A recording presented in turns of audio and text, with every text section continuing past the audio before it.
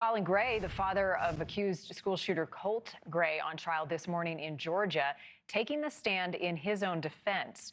He has pleaded not guilty to 29 charges, including 2 counts of second-degree murder and 2 counts of involuntary manslaughter for his alleged role in the shooting that killed 4 people. In court, jurors watched this surveillance video tracking Colt Gray's movements inside Apalachee High School the morning of the shooting.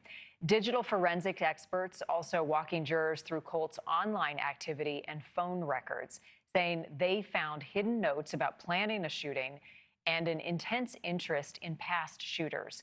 Colt's mother, Marcy, detailing Colt's behavior on the stand.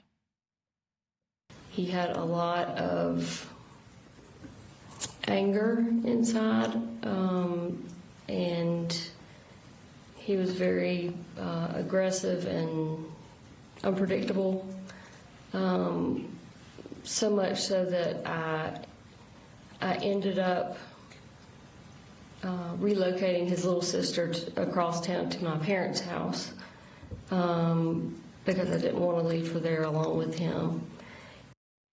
The defense paints Colin Gray as a full-time father trying and failing to help a deeply troubled teenager. They say the state is going too far in trying to hold a parent criminally responsible for his child's crimes. Joining us now, Vinoo Varghese, criminal defense attorney and former prosecutor. What a sad case. And here we are again with a parent being charged in part for a crime their child committed. Take us through some of the warning signs investigators, Vinoo, say Colin Gray ignored leading up to this attack. Well, they've detailed that in March to June of 2024 that Gray purchased numerous accessories for the Sig Sauer rifle, including a green laser, a bungee sling, flashlight laser combo. There was later a knife that was found in his son's backpack, and they showed there's a 2024 of Colt, the son, using the rifle while in a school session. There are text messages with the father saying blood is going to be on your hands. And, you know, there's terrible things here about mental health facilities. And the worst one of all is that there's a photo of Colt posing in front of a school shooter shrine, which included images of Parkland shooter Nicholas Cruz.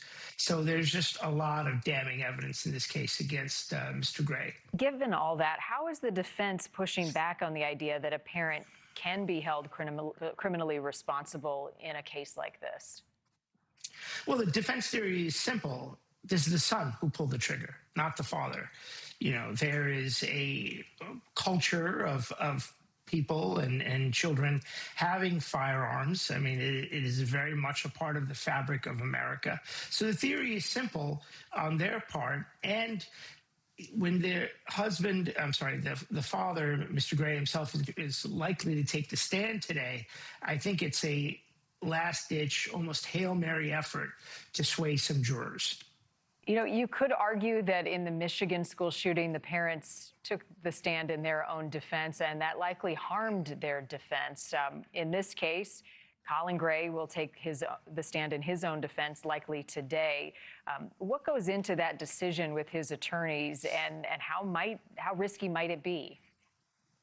Well, in the Michigan case, I think we had spoken about this, the mother, you know, there was some messages to the son that said, don't get caught. So it sounded like she was collaborating with the son. You don't have anything like that here. You do have an angry text message from the son to the father saying something along the lines, blood will be on your hands. The flip side of this is the father can come out and say things like, listen, I was only trying to help my son. I did look into mental health facilities. That being said, I never thought he would go to this extent. Teenagers go through phases where they do stupid things, say stupid things. I never could have imagined that it would get to this point. And that may, you know, strike a chord in someone's mind or in someone's heart. And, you know, if there's at least one, maybe 2 people, there could be a mistrial. And, you know, he could live to see another day, at least in court. All right, well, we'll see that testimony beginning here shortly. Vinoo Varghese, thank you. Thank you for watching. Subscribe below and download our NewsNation app right now on your phone, and you will get fact-based, unbiased news for all Americans.